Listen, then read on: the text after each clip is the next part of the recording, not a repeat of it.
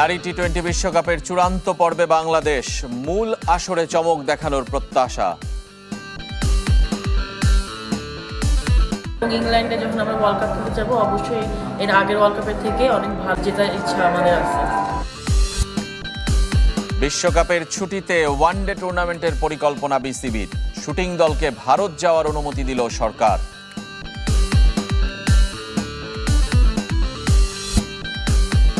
কাল ফিরছে সাফ চ্যাম্পিয়ন নারী ফুটসাল দল, খেলার সংস্কৃতি তৈরির আহ্বান কোচের।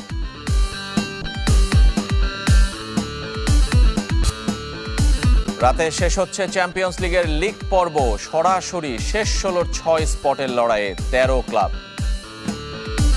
নারী টি-20 বিশ্বকাপ বাছাইয়ের খবর জানাবো। সুপার 6-এ মাত্র এক ম্যাচ জিতেই মূল পর্বে বাংলাদেশ। দিনের শুরুতে থাইল্যান্ডকে হারিয়েছে টাইগ্রেসরা, এরপর যুক্তরাষ্ট্রের বিপক্ষে নেদারল্যান্ডসের জয়ে নিশ্চিত হয় বিশ্বকাপের টিকিট।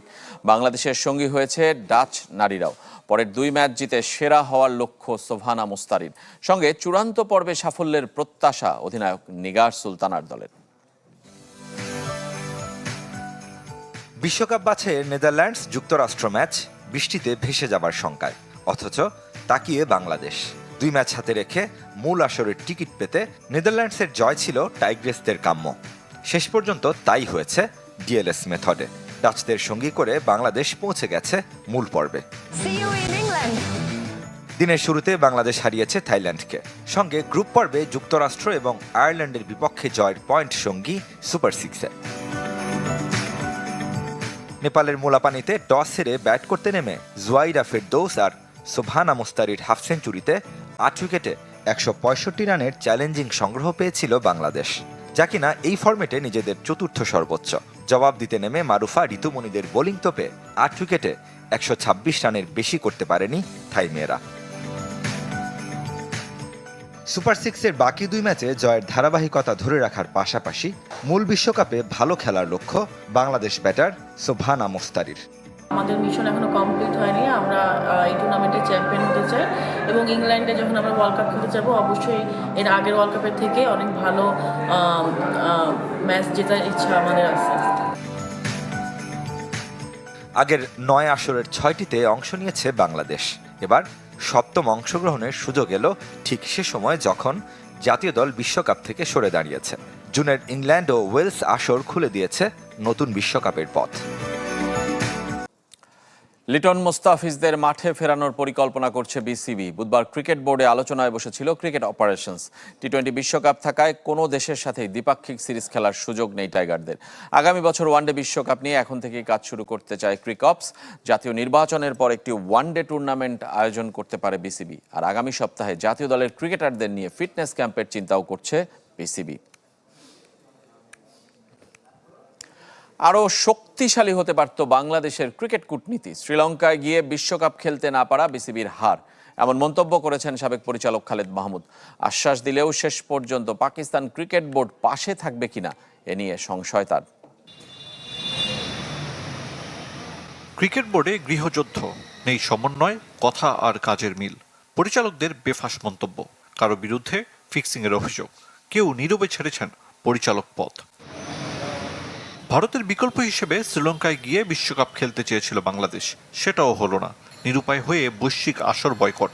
অনেকের মতে ক্রিকেট কূটনীতিতে বিসিবির চরম ব্যর্থতা। কারচুপি ক্রিকেট বোর্ড অনেকে এরকম কিছু কথা বলে, যেই কাজটা করার উচিত একটা ক্রিকেট বোর্ড ডিরেক্টর হিসেবে, সেই কাজটা করতে ওরা মনে ব্যর্থ হচ্ছে বারবার। বিসিবিকে পাশে থাকার আশ্বাস দিলেও পাকিস্তান ক্রিকেট বোর্ডের অবস্থান নিয়ে যথেষ্ট সংশয়। আইসিসিকে চাপে ফেলতে কঠোর সিদ্ধান্ত নিতে পারবে কি বিসিবি?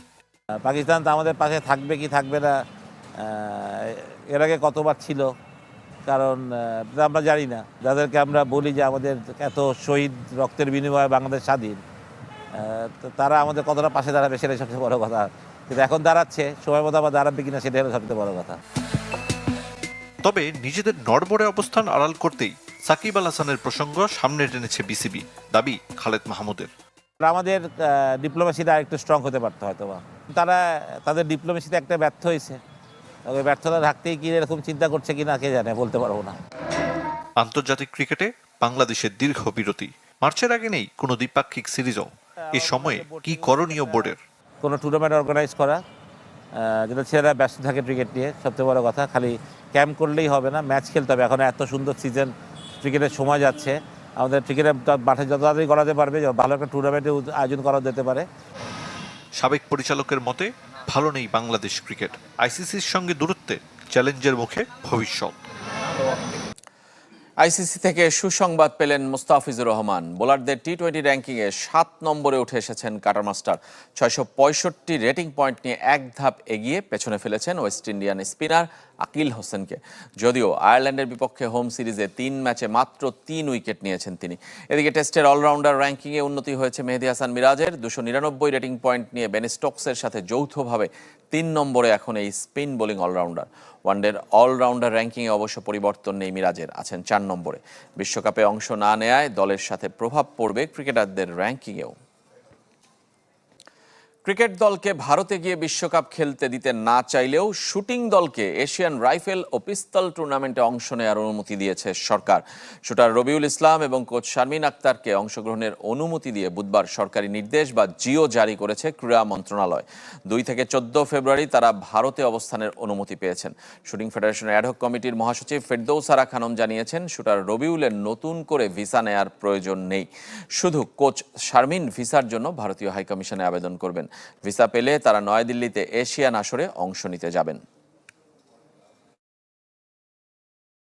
আমরা জিওর জন্য দিয়েছিলাম, জিও হয়ে গেছে। যে শুটার তার পাসপোর্ট আগেই ভিসা ছিল, ওর ওপেন ভিসা। তো এখন কথা হচ্ছে যে শুধু কোচের ভিসাটা হবে কি হবে না, এখন সেটা হচ্ছে মানে জিও হয়ে গেলে হয়ে যাওয়ার কথা। চাই 1 নাম্বার হচ্ছে সাকিব আল হাসান, বাংলাদেশের হয়ে খেলছেন। আগামী 1 মাসের মধ্যে সাকিবকে মাঠে দেখা যাবার সম্ভাবনা প্রবল। 1 মাস বলতে আমি যেটা বুঝিয়েছি, ম্যাক্সিমাম এক্সিড হতে পারে 10 or 15 ডেজ 1 মাসের সাথে। নাম্বার 2, পাকিস্তান বিশ্বকাপ বয়কটের ব্যাপারে যে ডিসকাশন ফ্রাইডে এন্ড মানডের মধ্যে জানানোর কথা, কেন ডিলে হচ্ছে এবং কোন পথে রয়েছে সেটা নিয়ে কিছু এক্সক্লুসিভ তথ্য। এবং সবচেয়ে গুরুত্বপূর্ণ পয়েন্ট নাম্বার 3, পুরো বিশ্বকাপই ভারত থেকে চলে যেতে পারে। বাংলাদেশ আর পাকিস্তান যখন ভাবছে বিশ্বকাপ তারা বয়কট করবে, বাংলাদেশ করেই ফেলেছে, পাকিস্তান যখন ভাবছে বাংলাদেশের পাশে দাঁড়িয়ে বয়কট করবে, ঠিক তখন অন্য দলগুলো একই স্রোতে গা ভাসিয়েছে, অনেকটা সেরকম সিচুয়েশন। এই 3টা পয়েন্টে আলোচনা করার আগে একটু আপনাদেরকে বলে দিতে চাই, কুল অ্যান্টি পারস্পিরেন্ট ডিওড্রেন্ট স্টিক ঘামকে কন্ট্রোল করে, কাপড়ের দাগ লাগতে দেয় না এবং আপনার আন্ডার আর্মকে 24 আওয়ার্স ঘামমুক্ত রাখবে। আলোচনার প্রথম পয়েন্ট যেটা, সাকিব আল হাসান এবং সাকিব আল হাসানকে কেন্দ্র করে Bangladesh cricket board they have playing some cards. এবং এটা আমরা সবাই জানি, Bangladesh cricket board they are under trouble, they are under pressure. নানা ইস্যু নিয়েই প্রেশার রয়েছে, বিপিএল নিয়ে রয়েছে, ফিক্সিং নিয়ে রয়েছে। বাংলাদেশ ক্রিকেট দল মানে ন্যাশনাল টিমের হিসাব টিসাব বাদ দেন, যে যুব বিশ্বকাপ হচ্ছে সেখানটাও কিন্তু বাংলাদেশ সাই করে গিয়ে সুই করে চলে এসছে। মানে বাংলাদেশের performance according to the field performance, cricket বোর্ডে বুলবুল ভাই ভালো মানুষ, তাজুদের নাম্বার পড়ে, এটা নিয়ে আসলে তো ক্রিকেট দলের পারফরমেন্সকে আপনি মূল্যায়ন করতে পারবেন না। নো ডাউট বুলবুল ভাই ভালো মানুষ, বুলবুল ভাইয়ের ভালোত্ব নিয়ে, বুলবুল ভাই যে ভালো মানুষ, কারাপ্টেড পার্সন না, এগুলো নিয়ে কোনো ডাউট নেই। এবং এটা নিয়ে যদি কেউ বলে যে বুলবুল ভাই 2 নাম্বার লোক, এটা আমি প্রোটেস্ট করব। অনেক কিছু নিয়ে বুলবুল ভাইয়ের বিষয়ে আমার হয়তো দ্বিমত রয়েছে, ওনারও দ্বিমত থাকতে পারে, বাট এটা নিয়ে কোনো আলোচনার সুযোগ নেই। কিন্তু বুলবুল ভাইয়ের এই ক্রিকেট বোর্ডটা প্রপারলি, ক্রিকেট বোর্ডের আন্ডারের ক্রিকেট প্রপারলি রান করছেন না। এটার জন্য তিনি যে এককভাবে দায়ী তা না, কারণ you need to have a very good and smart team